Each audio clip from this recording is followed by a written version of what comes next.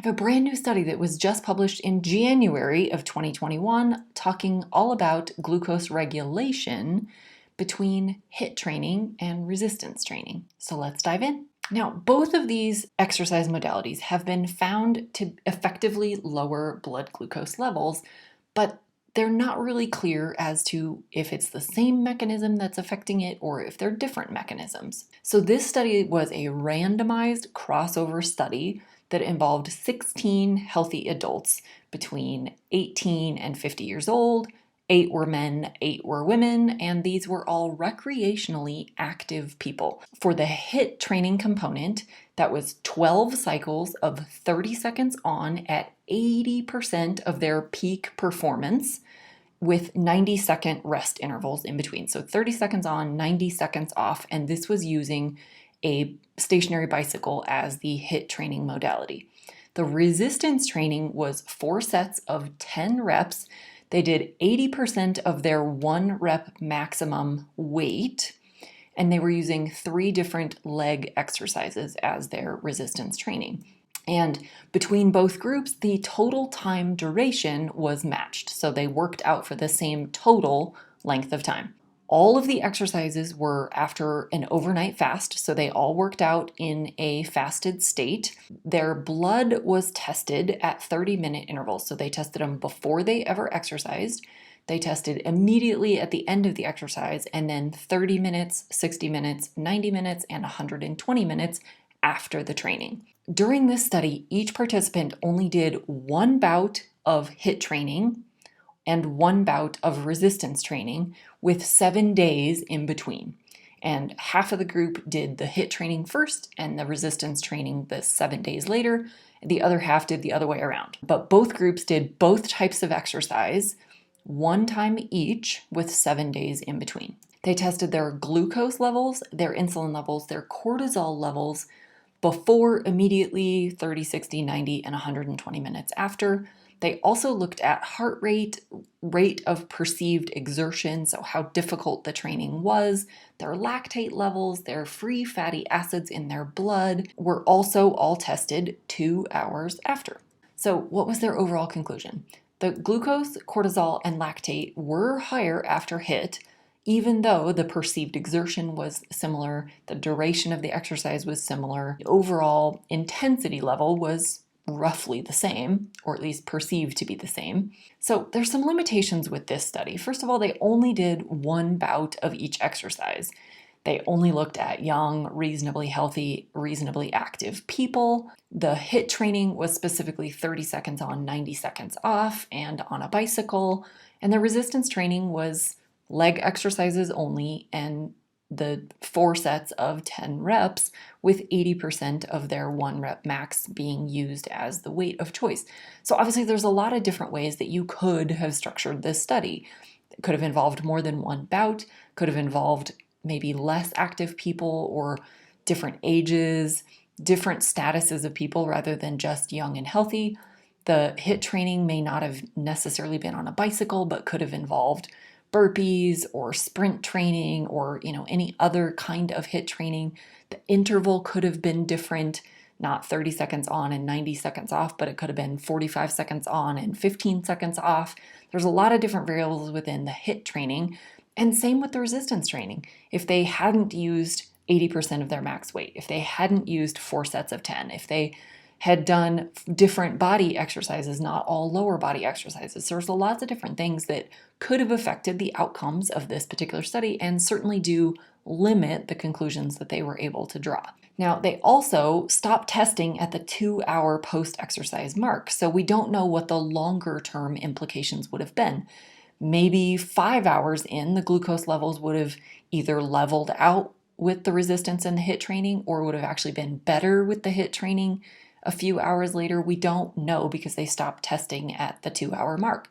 We also know that everybody in this study worked out in a fasted state after an overnight fast, and the exercise was done in the morning between 7 and 9 a.m.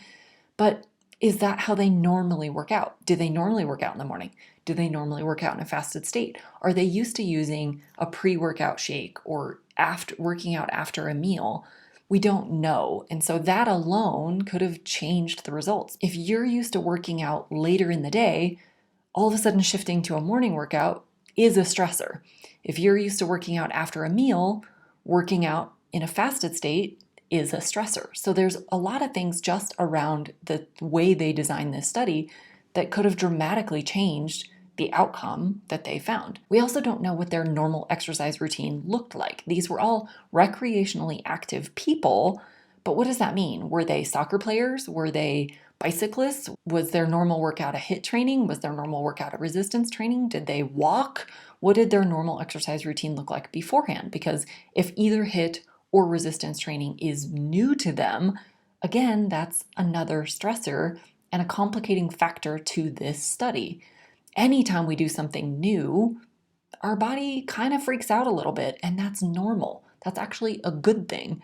But it can affect glucose, insulin, cortisol, heart rate, perceived exertion. The overall stress on the body can be varied simply because it's something new. And we know that this was probably not their typical workout because several participants in both the HIIT and the resistance training reported feeling nauseous and lightheaded, so much so that one participant wasn't even able to finish the workout. So another limitation of this study is that they didn't look at all at diet. They didn't advise these people what to eat. They didn't even ask what they had eaten or when they had last eaten. All they know is that they were in a fasted state during the workout. But they also knew which workout they were going to be doing on each day. So did they go out and carb load? Did they go out and party the night before? Did they eat really healthy in a different way than they normally do? Did they change their diet because they knew they were going to have this trial? We don't know. They didn't ask. And if they had gone out and carb loaded before the HIIT training, well, that certainly could have an impact on their glucose levels. If they totally change their diet, again, that can drastically change their glucose levels, their insulin levels, their cortisol levels, how they were feeling, why they got nauseous or lightheaded. A lot of this could have been dietary related before they did the workout. So the responses can vary dramatically based on the types of food, the timing of foods, how different it was from their normal diet. Lots of things play in, and they didn't ask any of those questions, although they did list that as a limitation in their publication. So other studies that have looked at HIIT training and resistance training found different results. They didn't find this increased rate of glucose or cortisol. They actually found improvements. So we don't really know why this particular study caused it. It could be based on all the limitations we just talked about, or the particular participants that they included in this study. This was a relatively small study with only 16 participants, 8 females and 8 males. And again, one person wasn't even able to finish. So we actually only really have results for 15 people. So my conclusions of this study are that it's really interesting. It's fascinating information, and I'm glad that they did this study. But what matters that's really hard to factor into any one study is diet. The time of day that they're doing the workout, the intensity level that they're doing the workout, the type of movement that they're doing, whether it's a HIIT training or a resistance training, and whether or not they actually enjoy what they're doing. If you hate it, you're going to have a higher stress level, you're going to have a different perceived exertion level. It changes everything if you hate what you're doing. But if you love it, you can push harder, you can regulate your body a little bit better, and you don't get the added cortisol from hating it when you actually do enjoy it. And this study makes it seem like the temporary rise in glucose, insulin, cortisol, any of these blood markers is a bad thing, but it's actually really not a bad thing. It's not all that different than being sore after a workout for a period of time. That's the breakdown of your muscle that then builds it up stronger. Or when you go for a run and you can feel how stressed your lungs are, that eventually makes your lungs stronger. That's how we get more endurance and more strength, and that's how we get better. Those temporary stressors are actually a good thing. But again, they didn't look at the long-term implications here. So we don't know, based on this study alone, if over the long term, even a little bit longer than they studied, if the results would have actually been better for HIIT training than resistance training. I'm not a fan of choosing either or. I think we all need to pick what works for us. We need to decide what we enjoy. If you hate it, you're not going to do it. If you love it, or at least can tolerate it, you're more likely to stick with it. And that's what really matters. So this is just one simple study that covered HIIT training and resistance training and its effect on glucose regulation. There's a lot more studies out there. Choose what you want, but ultimately, exercise is critical, diet even more so, and when you combine the two, that's when you can have optimal health.